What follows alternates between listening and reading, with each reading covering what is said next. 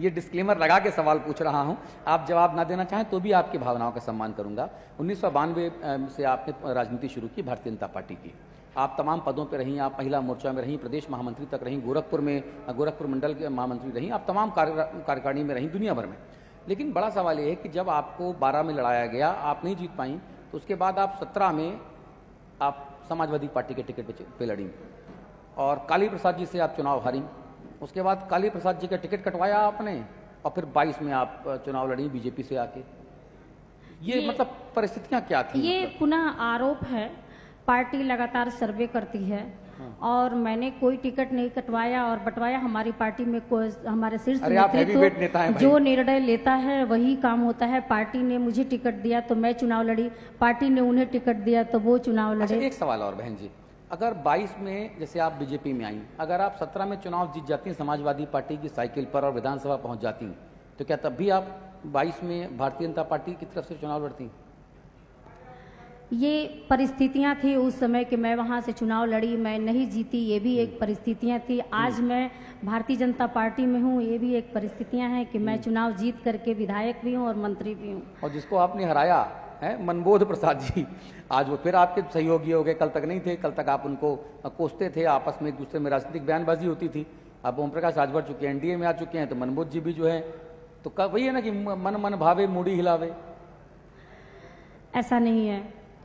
तो जब मैंने कहा कि एक लुभावनी वादों के साथ और पूरा भगदड़ जो मचा था, समाजवादी पार्टी फुसला फुसला के बहका के हमारी सरकार बन रही है, सबको भगा के ले गई थी।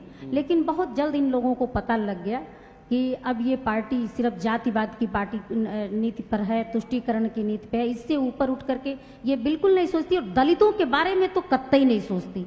दलितों की बात करती है समाजवादी पार्टी। जब दलितों की आरक्षण की बात थी, जब प्रमोशन में आरक्षण बहन जी ने दिया था, और ये जैसे ही समाजवादी पार्टी की सरकार 2012 में आई, तुरंत जो है उस आरक्षण को समाप्त कर दिया। और ये आरक्षण की बात आज करते हैं, दलितों की बात करते, तो सब दलित और अति पिछड़ों को पता चल चुका है कि ये सिर्फ जो है लोक लुभावने इनके पास बातें हैं। इनके एक परिवारवाद, इनके एक ही घर के परिवार के लोग चारों तरफ विधायक सांसद बनेंगे। आजमगढ़ का चुनाव आपने देखा है, लोगों ने हरा के भेजा है और हर जगह ऐसा होगा कि आप उस पार्टी में भी तमाम कार्यकर्ता हैं जो विधायक बनने का सपना देखते हैं और रात दिन लड़ते हैं। लेकिन हमारी पार्टी में ऐसा नहीं है। मैं बहुत ही एक गरीब परिवार, कमजोर परिवार से हूँ।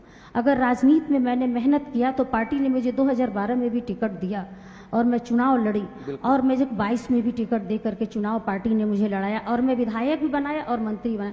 पर ऐसा समाजवादी पार्टी में नहीं है।